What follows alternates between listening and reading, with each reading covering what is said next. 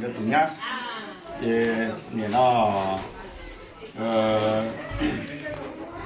holiday theo và lucing cái chia sẻ tiền cái là nhau ok đó là một cái một cái ok nó tiền cái từ ba mươi triệu là thì ở tí chữ cái tiền thầu mua thì nó lỡ nó tiền cái sao và với nhiều số mỏต่อไอเดียต่อใจตุนยาเราวงก็ตุนยาหรือที่เกียนั่นนะคือว่าเจ้าเนี่ย是ต้นนุ่งนอต่อเนี่ย是สีจะสียงตัวนุ่งนอเราต่อมันนุ่งเลยว่าเนี่ย是เจ้าว่าเนี่ยจอเนี่ยเตะขาเตะหนุเตะตัวต่อต่อเสียเนี่ยตัวกงก็ต้องมองว่าโอ้ที่ต้องเสียดังก็ตุนยานุ่งนอว่าเนี่ย是เจ้านะje vais dire quelques mots à Monique et Philippe. Il est là, Philippe? Oui, ils sont allés chercher le fils. Oui, ils attendent que Philippe revienne.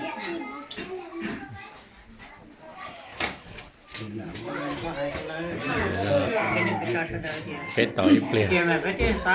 nhà tại cái gì chị?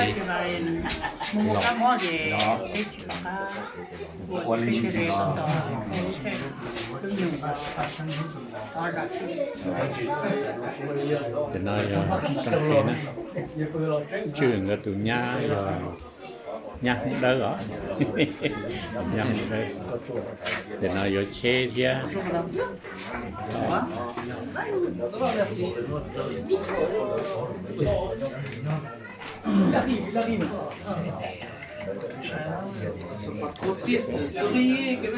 Bon Philippe, avant tout je voudrais vous dire quelques mots. Pourquoi aujourd'hui on s'est réunis? Giờ này tại thế giờ chỉ này giờ trừ tụ có chơi giờ chùa này si on accueille notre belle fille, il faut qu'on fasse un repas, un petit geste, la souhaite la bienvenue. Donc ça fait, on le savait tous qu'ils sont réunis, ça fait un moment qu'ils sont réunis, mais notre tradition n'est pas encore faite. Elle n'est pas encore officielle, notre belle-fille et notre famille, vraiment. Et aujourd'hui, avec ce repas, avec ces, comme vous voyez, les tissus blancs, à partir d'aujourd'hui, elle est officiellement notre famille. Donc, permettez-moi de dire des mots, peut-être ça rentre pas dans votre tradition, mais dans notre tradition, il est très important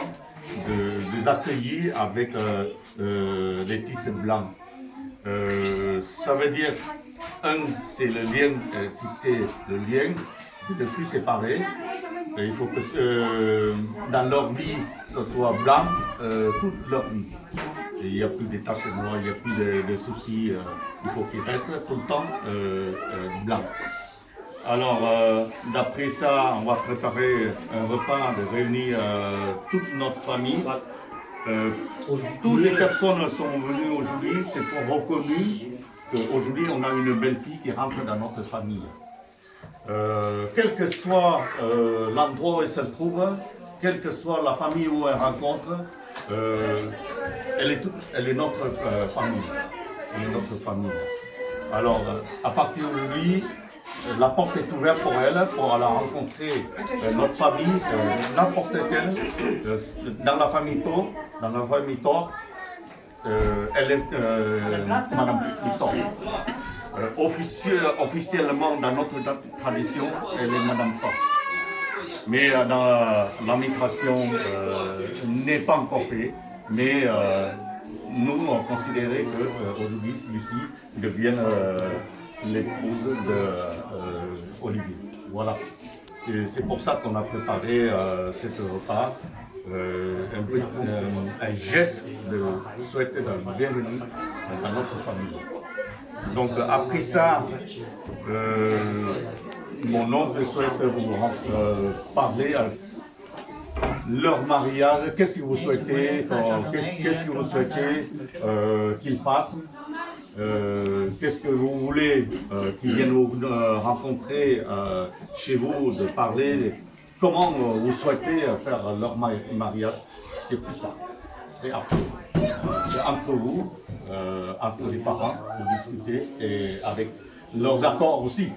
Voilà. Vous ne pouvez pas faire sans leurs accords. Donc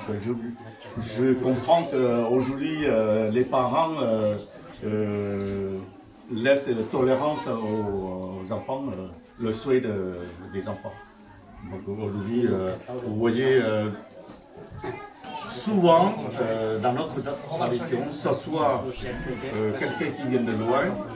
ce soit un mariage, ce soit un baptême, on met toujours des tissus blancs. C'est une manière de concentration, de rattachement, de rester dans la famille. Voilà. Donc, à partir de maintenant, c'est le papy qui va prononcer les rituels, d'enlever tout ce qui est mauvais avant, tous les mauvais qu'ils ont avant, et de le souhaiter le bonheur pour qu'à partir d'aujourd'hui, qu'il réunit une famille propre. Voilà. Et si chacun maintenant pas tiens que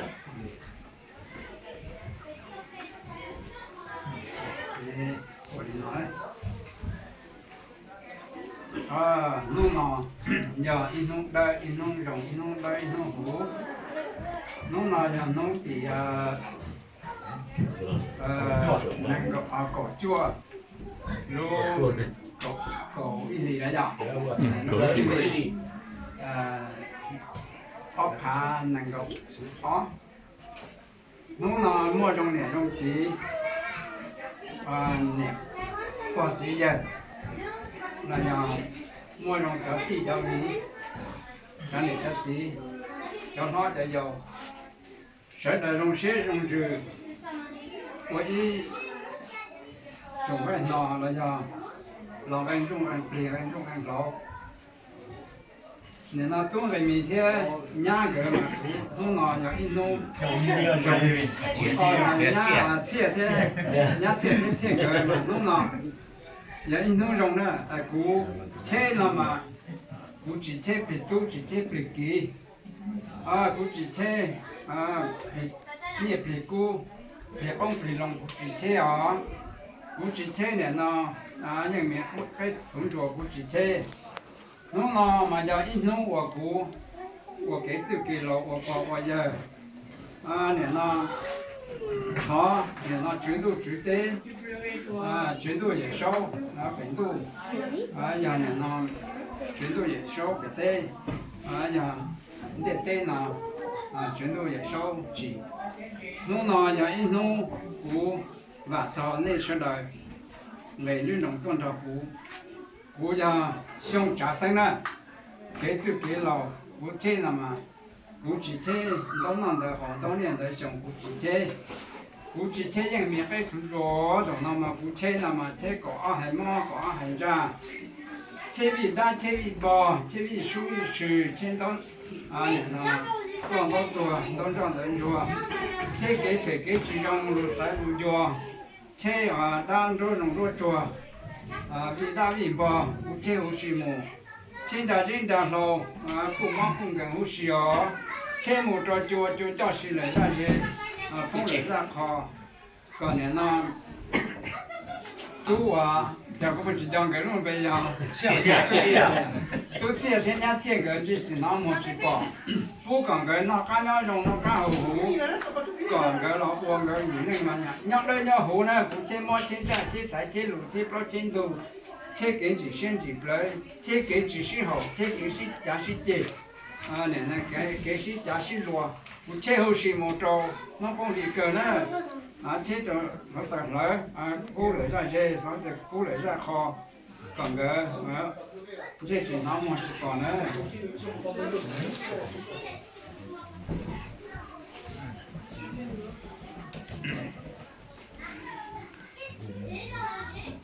thì là thịt đây là xé đó là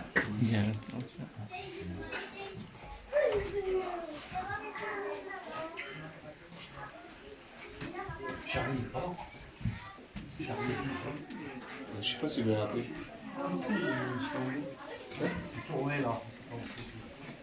Et à propos de voiture je vais aller voir. Je vais aller voir s'il n'est pas.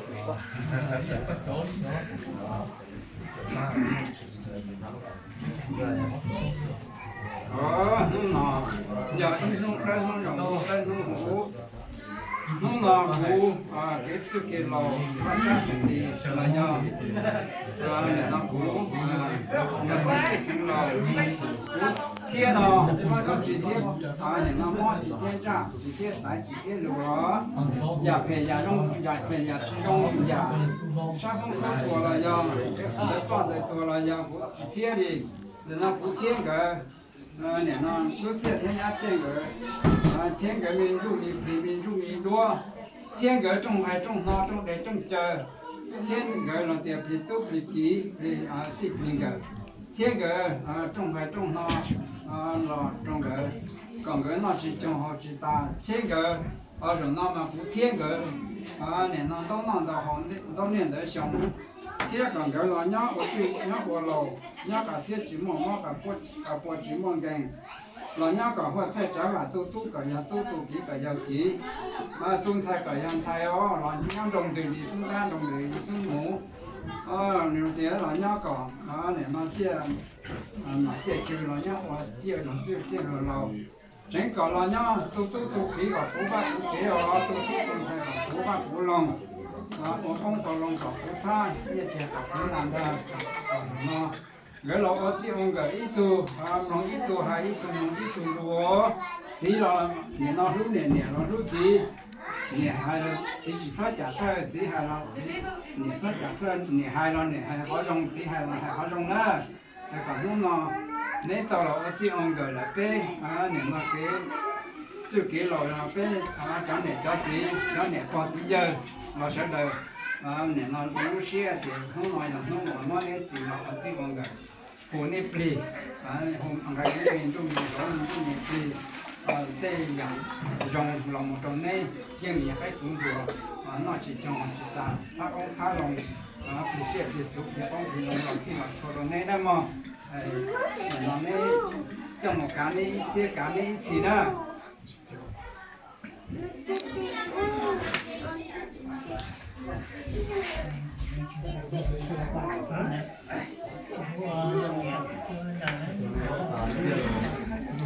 chế cả là chế mang chỉ để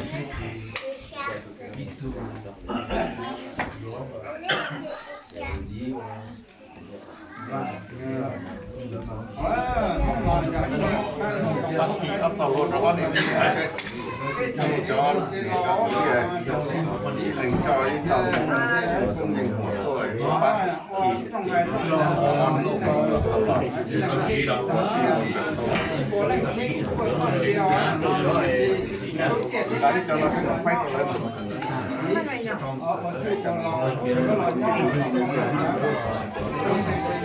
chỉ để